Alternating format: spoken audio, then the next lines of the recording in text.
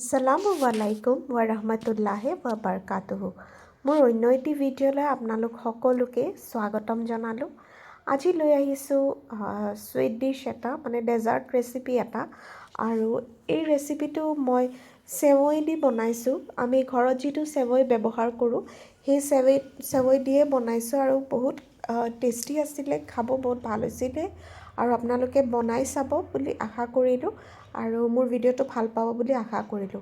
তাৰ কাৰণে এই ৰেচিপিটো বনাবৰ কাৰণে প্ৰথমতে মই কেৰাহী এটা বা পেন এটাও ল'ব পাৰে আপোনালোকে। তাত 2 চামুচ ঘিউ দি আৰু তাত মই ড্ৰাই ফ্ৰুটছ লৈছিলোঁ, কাজু লৈছোঁ, তাৰপাছত কিচমিচ লৈছোঁ আৰু এলমণ্ডছ লৈছিলোঁ। গোটেইখিনি তাৰপাছত ফ্ৰাই কৰি ল'লোঁ অলপ সময়।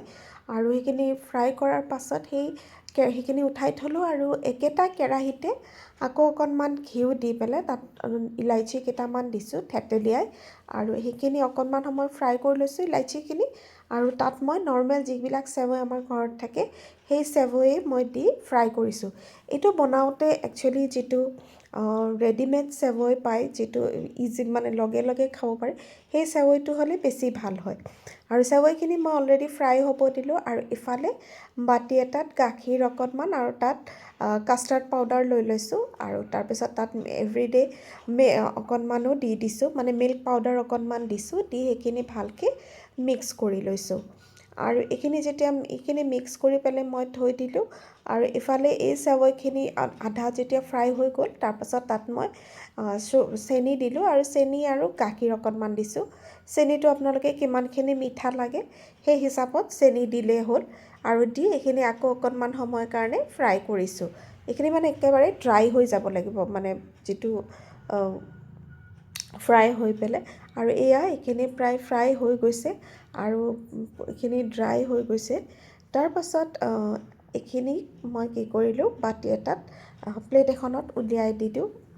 আৰু এইখিনি এনেকৈ ধুনীয়াকৈ প্লেট এখনত উলিয়াই তাৰপাছত একচুৱেলি স্কুৱেৰ বস্তু এটা হ'লে বেছি ভাল হয়। আপোনালোকে যেতিয়া বনাই স্কুৱেৰ বস্তু এটা দিব, তেতিয়া যাতে বৰ্ডাৰ থকা।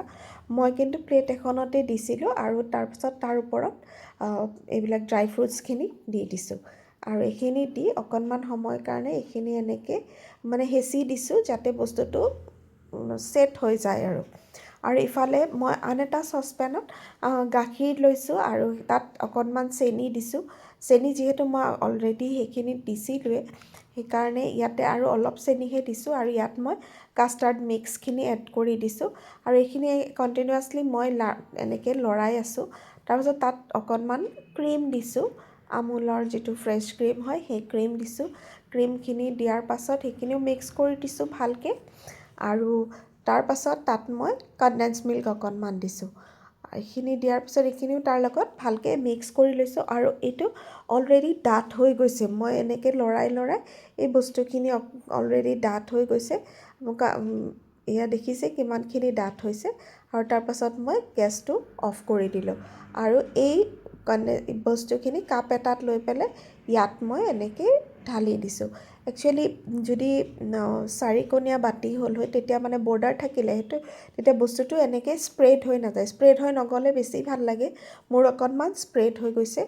আৰু তাৰ ওপৰত মই ড্ৰাই ফ্ৰুটছখিনি দি দিছোঁ। আৰু এইখিনি দি মই এইখিনি ফ্ৰিজত অলপ সময়ৰ কাৰণে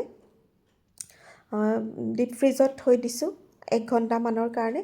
আৰু 1 ঘণ্টামান পাছত দেখিছে ধুনীয়াকৈ কাটি ওলাই ল'ব পৰা হৈছে। আৰু খাবও বহুত টেষ্টি আছিলে। চ' এইটোৱে আছিলে ভিডিঅ'টো। আল্লাহ হাফিজ।